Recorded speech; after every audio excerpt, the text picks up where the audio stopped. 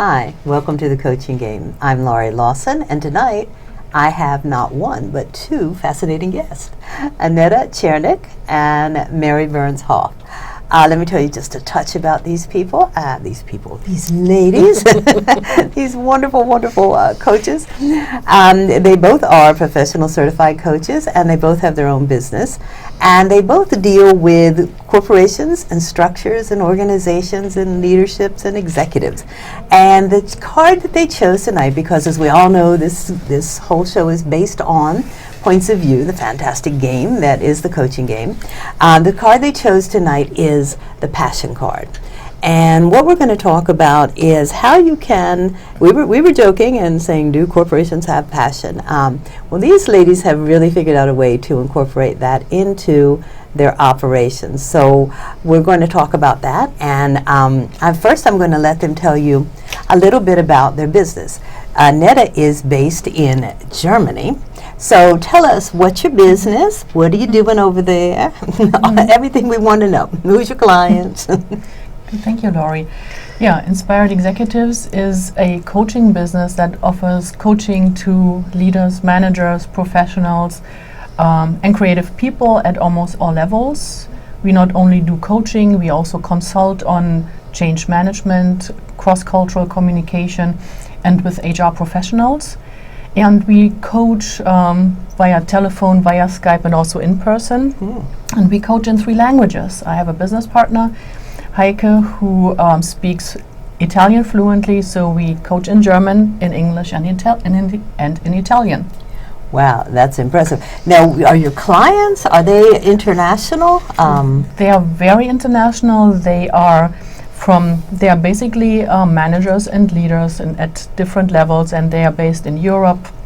I have a client in Israel. There are some in Puerto Rico, even in the United States. So they are all over the place. And we are starting the business. We are in the process of enhancing our online presence, and watch out, there are a couple of products that we want to launch during the course of this year. Actually, they're going to be telling you about one today that has never been talked about before, right? That's right. We're so excited and honored that you're going to do that. Mary, tell us what you're doing. My business is MBI, or Mary Burns Incorporated, and I work with, my passion first is communication. Notice that word passion there? We're going to hear that a lot, yes. My passion is communication. And I work with people often who have communication issues, but I work with not-for-profit leaders. I also work with other coaches. Define, what would a communication issue be? In which somebody is using a communication method that's not being received by the recipients in a way in which the two people are on the same page. So I'm one of those who can get us all onto the same page. Help people do that. Someone was saying, if you're not getting the response you want, then you aren't saying it right. It's not. You have more control than you think you do, because people often say, "Why doesn't he get what I'm saying?" Exactly. Nobody understands me. Right. So and you're the person who would come in and go, okay, let's really talk about what's going on, and let's see if we can get everybody to understand you. Now, are you targeted toward executives only? Some, yes. I would, Annette would work with this person in the workplace. I work with this person in their life. In that way, it's a similar client. Okay. And I also work with coaches, and also have a big not-for-profit background, so I work a lot with people in not-for-profit. Now, how did you two get together? We went to coach training together and discovered that we had a lot of passions that were that were similar. One of them is for cooking, another is for dancing, and another one is we love language and idioms. So I'm constantly trying to stump this one. And does it work? She got to tell you. Oh, it's a little game. It's a little game. It's a little game. A little bit of amusement, yes. So what are you going to, introduce to us today? Because I know I've met these lovely people maybe 6-7 months ago together, and I could tell immediately that there's like a kismet. They really work together well. And I think, I'm not sure when this all started, this craziness that you're talking about, but I think together they've come up with a pretty innovative coaching tool that they're going to tell us about. So who wants to do that? Let me start with that. It is, it's called the Executive Chip Card.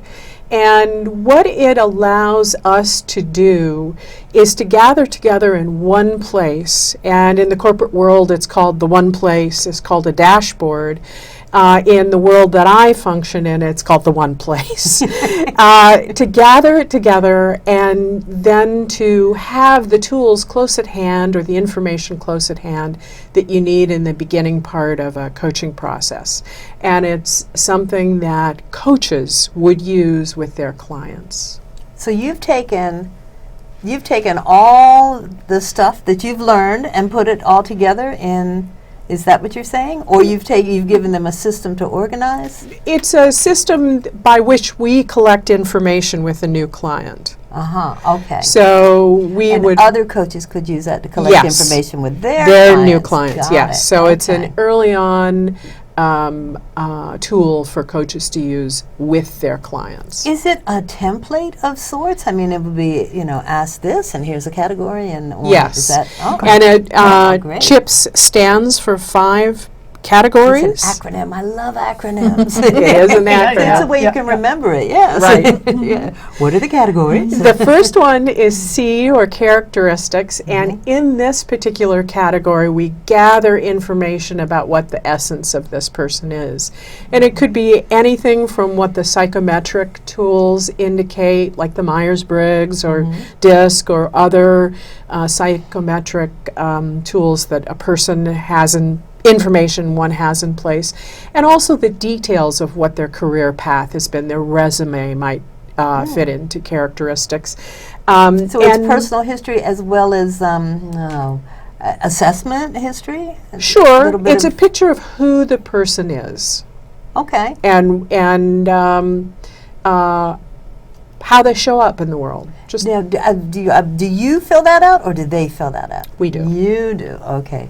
I like that. I like that control thing. That's what my C would be. Control. No. Characteristics. We joke around about what else those letters could be. I know the two of you, and I'll bet you'll come up with things that we can't even tell you about. Yes. So characteristics is the first one. The second one is H for hazards. So people, or derailers or stressors. So people not only have positive traits or characteristics, they might get derailed or get off track by their environment, by certain situations as they rise up the corporate ladder, where they are exposed to more ambiguity, pressure, stress whatsoever, that when they overuse a strength that they had, that this all of a sudden becomes a derailer. And sometimes, you cannot detect them from like the get-go, from in the beginning, just as, stress increases, the situation changes, people are rewarded for different things and whatnot. So system instability, if you want, then those hazards might come up, and they do pose a very, very high risk to the organization. Wow. So I was thinking on an individual level, because most of the time we do not know that we are our own worst enemies. It's like if you would just stop doing this, you could get better results. Are these generic hazards, or are these based on the characteristics that Mary They are based on the mentioned? characteristics. Let me give you an example. I mean, there are derailers, example. Derailers can be if an executive fails to build an environment for collaboration, if he has poor communication skills, if he or she fails to deliver on results, or is just a mismatch for the corporate culture.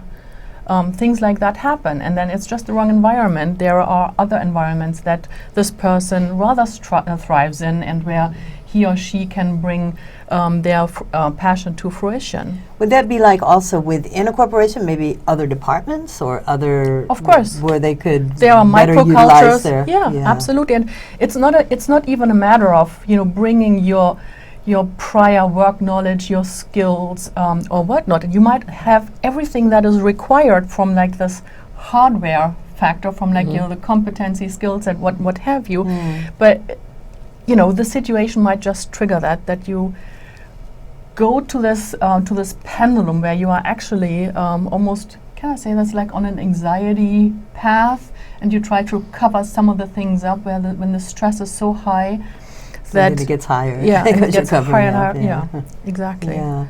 So do you find that most of the time people are aware of their hazards? They go, I really talk a lot when I'm nervous. Or do you have to point them out? And if so, how do you point them out? This is a Without wonderful. going, shut up. No. This is a great question. Sometimes that can be helpful too, Yes, but yes. particularly in the early stages, as we are in when we use the executive chips card, it's very hard to get to the bottom of the matter. And you have not, of course, you have established a relationship with the client, but does he trust you to really open up that fully and share it, or even give us a little bit of a hint here and there? So it's really about being creative about how you approach these things. I sometimes ask my clients then, how comfortable are you in ambiguous situation, or how much do you love uncertainty? For example, to get this started, to plant a seed and then get back to this. Again, there are a couple of assessments that help and that inform us about potential derailers. And you sometimes can sense it when you have worked with a client. If I want to use the executive chips, do I have to have an assessment? You don't. No, it can stand alone. Good. It's just a way in which we can take everything that a person might have, quickly pull it together so that we can create a strategy. I know it's a dirty word, but it sounds like it's almost like a profile that you're doing, and a complex, multifaceted, fantastic profile of this one individual. Right. Wow. Right. Fantastic. So what's I? I is integration. It's the integration of strengths and weaknesses, so to speak. So once we are clear about what the characteristics are and what potential hazards are, then we, again, involve the client into a dialogue and try to get like a full picture of who he or she is and where he or she comes from. So you take the characteristics and the hazards and put them all together and integrate them. Is there an example of when a hazard can be a benefit? A hazard, a benefit. Oh, sure. An example you used yesterday, I'm going to repeat if you don't mind, is when a client has a lot of self-confidence. That self-confidence often will bleed into the rest of the team in a really positive way. But if that self-confidence goes too far, it goes to arrogance. And it pushes everyone away. Yeah. Perfect. Yeah. So tone it down a little. That would be one of your And jobs as a coach, to help him tone it down. That one he may not even see it. No, and if you're getting results when you're bleeding, I love that word, when you're bleeding into the team, then why would you even change it? However, for your goal as a coach is to maximize effectiveness and communication and all that jazz. Okay. Exactly. Interesting. And the P. Passion. Yes. Passion, we have spent the last couple of days talking about it because it's a great word. It's a good subject. And passion means the very essence that you bring to something, what it is that drives you, like communication drives me. I hear a communication that isn't going well, and I'm just like itching to fix it. It's something that drives you. Netta, you have a wonderful way of looking at it. It's software to those three categories, hardware. Oh, okay. So it's Software.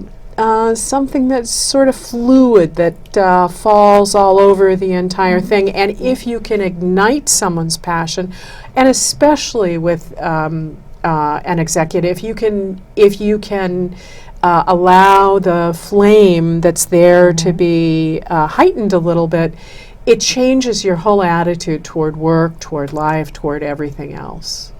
Let me ask you a hypothetical, and actually, I don't think it's. You love them, don't you? Oh my God, what's she gonna say? No. If a person brings to the job no passion, because it's like to me, and no offense to accountants, to me working with numbers all day would be I could not work up passion if I had to, and maybe in making it finally balanced.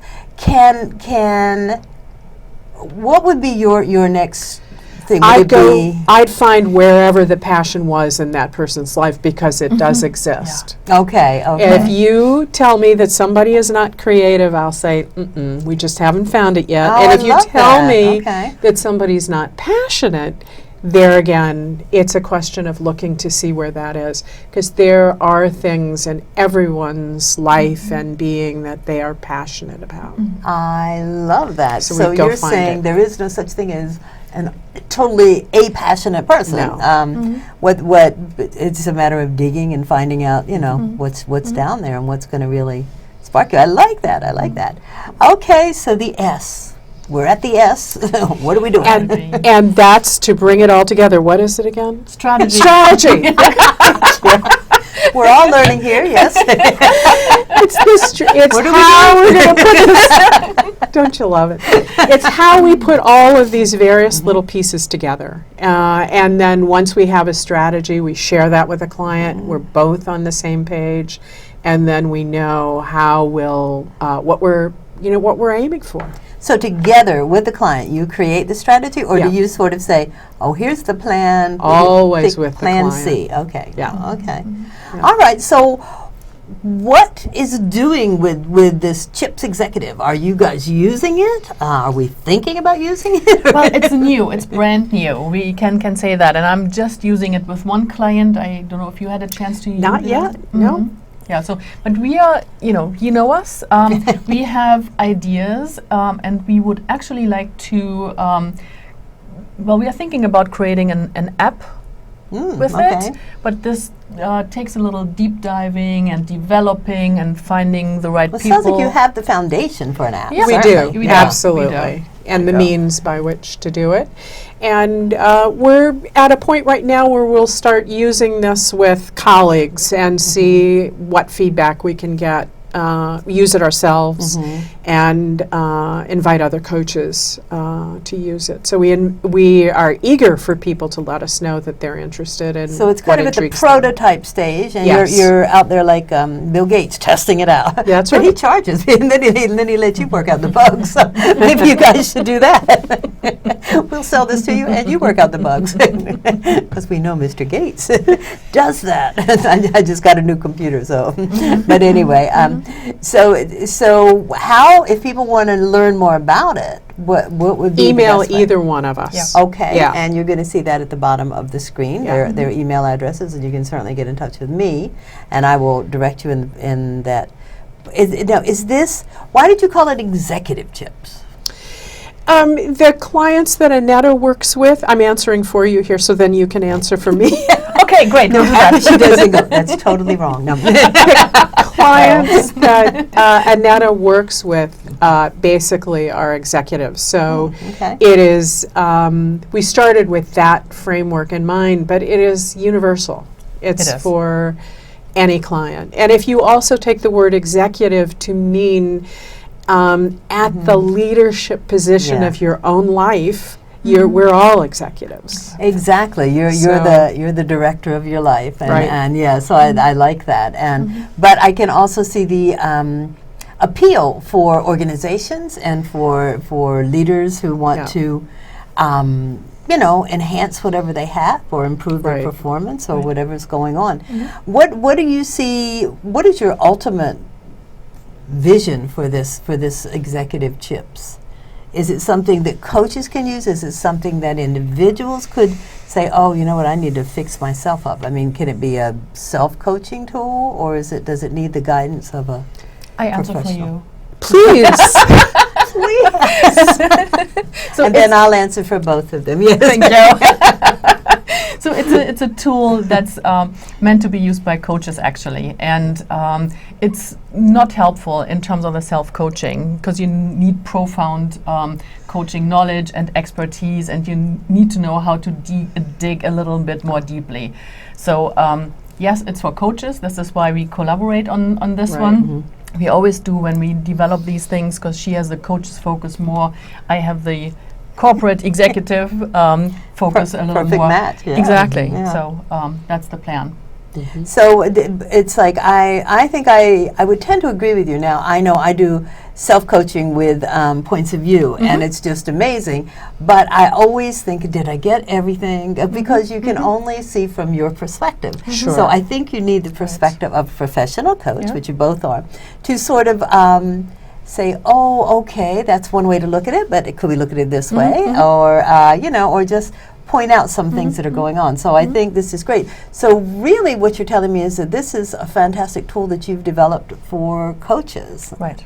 Yeah. And do you foresee in the future that maybe you will go in and train the top guys and say, okay, here's how you could use this with your teams? You know, I've gotten several ideas while we were just sitting here today, and one is that you could potentially be using it as another tool within an HR department, for instance, or within an organization is going to shift. I worked with somebody in an organization recently that they shifted their management style, and she was struggling to get through this because she was used to a different way of doing it. And part of what they could have done is to assess where people were in advance of that, and have a tool to then work with a coach on how this could, the people most at risk could improve where they were, so that change would happen more easily. But I like that. I like that viewpoint, because it's like, okay, we're all going to change, but it's like certainly that you're at one level, you're at another, and I'm at another level. So to assess would be great, and then to have the tools to. I don't want to say bring everybody up to snuff, because you don't want a Stepford organization where everybody smiles and goes, yes, this is the goal. But to bring everybody to, I guess, to enhance their natural abilities? their own flexibility, their own consciousness, their own, to be the best them they can be. Now, Mary, you focus on nonprofit a lot, because that's my passion too, and I've done that for a long time. Do you see, between the two of you, and I know you guys collaborate a lot, do you see different needs for both organizations, or are they pretty much the same? I want to say that the difference is softer. That there's a lot of focus put onto relationships within the not-for-profits that I work with, so that and a little less on numbers, and so the goals that your executives might be dealing with compared to the goals that they might be the same goals, but they would approach it differently. And I think that there would be different, that her clients and my clients would have sort of a little bit different issues. You agree? I would agree. My clients have challenges with regards to managing complexity, managing the day-to-day stress, setting out the strategy, aligning everyone, giving the direction appropriately. So, of course, communication, relationship skills, all of that plays into this. But on the surface of the corporate cultures, you always have more this data-driven, matter-of-fact, sort of style. But we all know that actually relationships and communication drive the results. It's always, it's the same. It's just like it depends on, where you fly in from, so to speak. On any particular moment or day. So. It's interesting because I serve on a couple boards, and I was lamenting at one point. I go, who would serve on a board? And I don't understand the power struggle. And someone said, well, if you're not paying people for their service, then there's going to be a competition no matter what, and there's going to be, people who want to have a little bit more than the other person. So it's like if you're not paying them in money, then they're going to try to get it in power. And it's like, so I think, not that nonprofit doesn't get paid, they do get paid, but I think maybe their goals would be like, okay, I don't know, I'm thinking more recognition and appreciation as opposed to yours would be monetary and corporate goals. But I think that the fact that you've developed a tool that would speak to both is just amazing. And I think you've managed to, I don't want to say synchronize, but I think you've managed to, I don't want to say homogenize. What do I want to say? I want to say... one of the beauties of working with Annette is that I am able to speak this language, and she hears it with different ears. Oh, that's beautiful. Yes, of course. And yes. she does the same thing, and I hear it with different ears. So we're a constant aha for each other. Oh, I love that. The aha, constant aha for each other. That's great. And you've taken it and put it into this tool and said, wow, fantastic. So now if if people are interested in finding out what this tool is exactly, they can contact you at the website's on the bottom, the email's on the bottom, sorry. And is there a charge? What's the story on that? Well, we're gonna give Soon there will be. the first 50 people who inquire about this particular tool will get to use the tool for free. Ah, okay. So, okay. I would say contact them immediately, and I'm gonna be in line too. I'm gonna be on the give me the tool, and that's fantastic. And then you are welcoming at this point. You're welcoming feedback. You want to know yes, this worked, absolutely. this didn't work. I used this, and this is how this went. Yeah. Fantastic. And then there may be an app. That's a thought, and there are other things in the works there. It sounds exciting to me. I'm so glad that you chose to introduce it here, and it's been tested out once by you and potentially by you in the near future. And it's up for grabs. I mean, not for no, you guys get to keep it, but it's up for grabs as far as creation, because it's like you're going to base it on what's working and what's not working. Okay. And I would say your ideal person right now would be coaches, because that's who's going to lead the execution of executive CHIPS. Tell us again what CHIP stands for.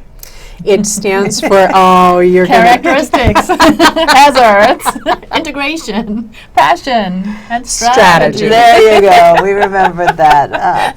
Well, we've got like 45 seconds left. Believe it or not, that went so quickly. Thank you. Thank you. Thank you for the opportunity. It's wonderful to get to see you again, and it's nice to be here. And I have to say, our theme was passion, and you both displayed great passion for what you're doing, and I know, and I've worked with these two before, and I know that everything they do is passionate.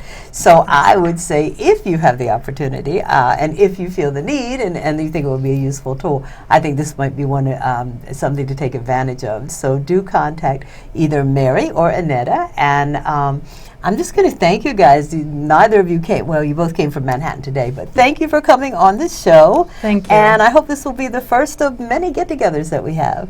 Absolutely.